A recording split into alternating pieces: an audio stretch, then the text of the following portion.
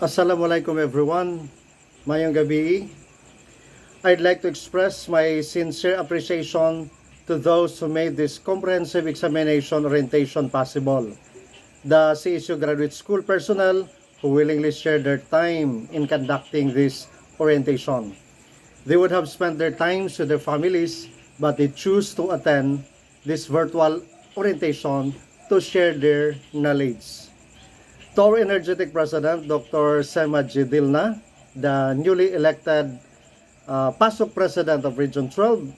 Sir President, congratulations. Mabuhay ka. Then to our Dean, Dr.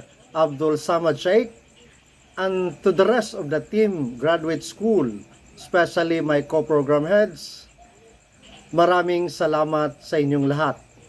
And of course, to all our MA as well as PhD students who will be taking their comprehensive examination, I wish all of you the best of luck.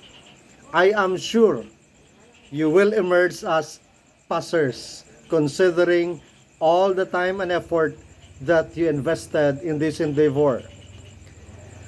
Remember this, my dear student. On the day of examination, stay calm.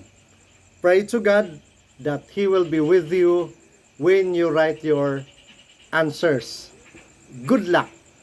Then lastly, as what Abigail Adams said, learning is not attained by chance.